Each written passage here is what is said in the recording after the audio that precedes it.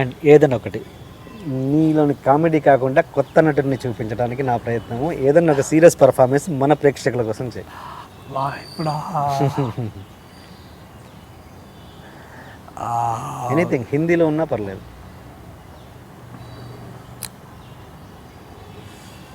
నేను ఒక ఒక ఒక అంటే నేను ఇట్లా ఒకసారి ట్రావెల్ చేస్తున్నప్పుడు ఒక రైతు వాళ్ళ అబ్బాయి తగిలేదండి. ఓకే. వాళ్ళ నాన్న అప్పు కట్టలేక ఆత్మహత్య చేసుకొని చనిపోయాడు అనమాట. అంటే నేను అది చూసినప్పుడు చాలా అది నన్ను డీప్లీ అది వాళ్ళు చెప్పింది నేను చెప్పడానికి ట్రై చేస్తాను. నేను కెమెరాకి చెప్పు.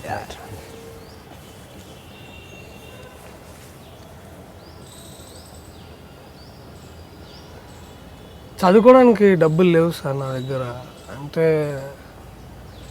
ఉండే మా నాన్న బతికున్నంతకాలం నాకు చేసిండు ఆయన, మంచిగానే చదివించిండు. బర్త్డే ఉన్నప్పుడు బట్టలు కొనిపించిండు నన్ను మా నాన్న. కానీ అదే అప్పుడు పొలం కోసం అప్పు చేసిండు నాన్న. చేసిన తర్వాత అది పంట రాలే, ఏముంది మందు తాగి చచ్చిపోయాను. అప్పటి నుంచి నాకు అసలు ఏం చేయబుద్ధి కావట్లే అండి, నాకు అసలు అయితలేదు. నేను ఇంట్లో అమ్మ కూడా వంటలో బాగుంటలేదు, అసలు బాగలేదండి.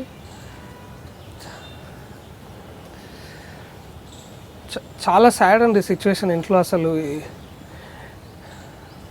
నాకు ఇంకా బాగా గుర్తండి, నేను మా నాన్నది శవము ఎత్తుకపోతున్నాం ఆ రోజు.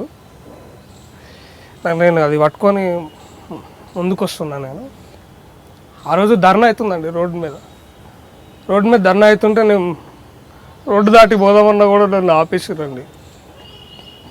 చాలా బాధ అనిపించిందండి. మా నాన్నకి కనీసం నేను లాస్ట్ టైం ఇట్లాగా తీసుకోవడానికి కూడా నాకు సరిగ్గా లేదండి. పోలీసులు కూడా ఆపిరు నన్ను.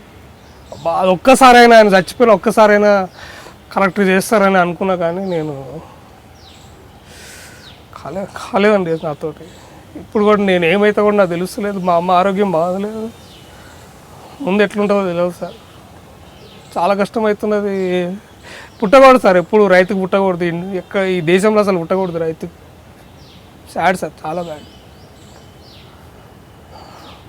బాగా చేయలేదండి. Good, very nice. అండ్ ఈ బాలీవుడ్, టాలీవుడ్ ఇవి పదాల మీద నీకు ఎందుకు ఒక రకమైన ఇది, ఎందుకు అది? నాకు నచ్చవండి పదాలు. అది ఎక్కడో తెచ్చిపెట్టుకున్నట్టు ఎందుకండి. తెలుగు చిత్ర పరిశ్రమ అనండి, లేకపోతే తెలుగు ఫిలిం ఇండస్ట్రీ అనండి. టాలీవుడ్ రిగ్రెసివ్ అండి. అదేదో హాలీవుడ్ నుంచి తిన్నగా తీసుకొచ్చి టాలీ మాలీవుడ్, మళ్ళీ కాలీవుడ్, బాలీవుడ్, ఆ రిగ్రెసివ్ టర్మ్స్ అండి. నాకు అస్సలు నచ్చవు. ఎవరన్నా అన్నా కూడా నేను అంటే ఎవరన్నా అంటే నేను ఏమన్నాండి, వాళ్ళ అండర్స్టాండింగ్ వదిలేస్తాను. బట్ నేను మాత్రం ఎక్కువ శాతం తెలుగు ఫిలిం ఇండస్ట్రీ అని అట్లా అని ఎక్కడి నుంచో తెచ్చిపెట్టుకుని ఎందుకు టర్మ్స్ అవసరం లేదండి మనకి. మన మంచి ఫిలిం ఇండస్ట్రీస్ మనవి, మన గొప్ప ఫిలిం ఇండస్ట్రీ మనది. అండ్ అది నాకు ఇంకా బాలీవుడ్ అన్నా కూడా కొన్ని రీజనల్ సినిమాని కూడా కొన్ని ఇట్లా డిఫరెన్షియేట్ చేసి మాట్లాడుతుంటారు. అంటే బయట నా ఫ్రెండ్స్ కొంతమంది యుఎస్ నుంచి వచ్చి ఇక్కడ చదువుకున్న వాళ్ళు నాకు తెలుసు అనమాట. సో హౌ ఇస్ బాలీవుడ్ అంటారు వాళ్ళంతా. వాళ్ళ దృష్టిలో ఇండియన్ సినిమా అంతా బాలీవుడ్ అనుకుంటారు, కానీ దేర్ ఇస్ ఆల్సో లాంగ్వేజ్, మనది లాంగ్వేజ్ బేస్డ్ ఇండస్ట్రీస్ అండి. అండ్ దాని మధ్యలో మన లాంగ్వేజ్ని స్పెసిఫికల్గా మాట్లాడుకోవాలన్నమాట. That's what I feel. ఇది పదాలతోటి అవసరం లేదండి మనకి. That's what I feel. మీరు ఎవరైనా అనుకుంటే it's okay, up to you. But నేను ఇట్లా పిలుచుకోవడానికి హ్యాపీగా ఫీల్ అవుతాను. పేర్లు ఏం చెప్పొద్దు, కానీ ఆ ఆర్గనైజేషన్లో చాలా డిస్టర్బ్ అయ్యావు. ఏదో ఒక స్కీమ్ ఇది సార్ మీకు నేను సార్ వాడు ఫోన్ చేశాడు సార్. ఫోన్ చేసి సార్ మీరు సెంట్రల్ మాల్లో ఏదో కొనుక్కున్నారు కదా సార్, మీది గిఫ్ట్ సెలెక్ట్ అయింది, మీ బిల్లు గిఫ్ట్కి సెలెక్ట్ అయింది సార్ అంటే, ఇవన్నీ నాకెందుకా అంటే, లేదు సార్ నేను అండర్వేర్ బనియాన్ కొనుక్కున్నానండి, దానికి కూడా వాడు 28,000 గిఫ్ట్ అవన్నీ ఇస్తాను సార్ అంటే, నిజంగా ఇస్తావా అంటే నిజంగా ఇస్తాను సార్. సరే మరి పంపించేసి అన్నా నేను. లేదు సార్ మీరు వచ్చి తీసుకొని నాకు డౌట్ వచ్చింది.